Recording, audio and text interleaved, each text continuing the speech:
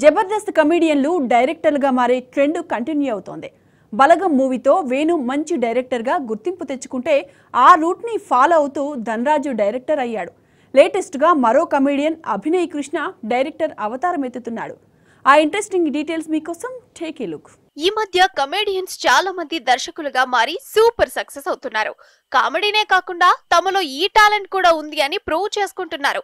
ఇప్పటికే బలగం సినిమాతో emotional cinema చేసి ఆడియన్స్ ను మెప్పించాడు వేణు ఎల్దండి. ప్రియదర్శి కావ్య జంటగా తెరకెక్కిన బలగం సినిమా సరికొత్త ఒరవడిని సృష్టించింది. దీంతో ఒక్కసారిగా ఇండస్ట్రీ దృష్టి దర్శకుడు వేణుపై పడింది.